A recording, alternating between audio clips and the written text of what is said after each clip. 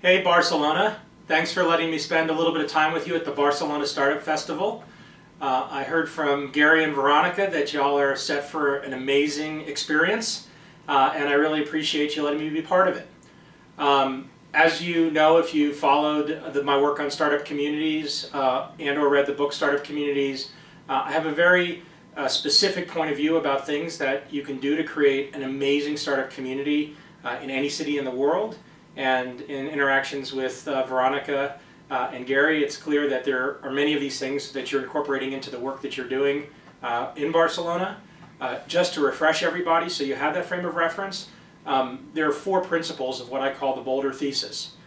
The first is that the startup community has to be led by entrepreneurs.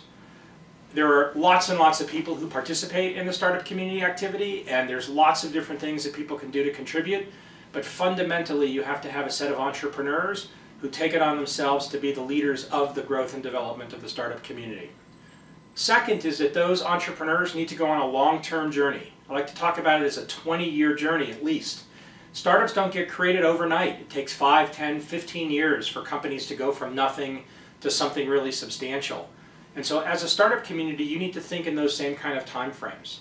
I've been in Boulder, Colorado for 18 years, and I like to say I'm 18 years into my 38-year journey. So be thinking far into the future. Next, you have to be inclusive of anyone who wants to engage in any way in the startup community.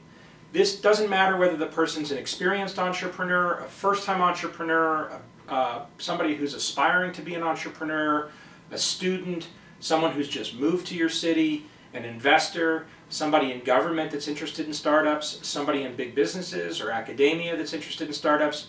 The startup community needs to be inclusive of anyone who wants to engage in any way.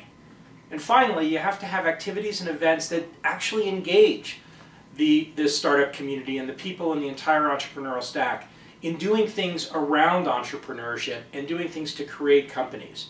So I'm not really just talking about cocktail parties or fancy events. I'm talking about things like what you're doing right now, where you're actually getting together and thinking hard and talking about and working on entrepreneurship.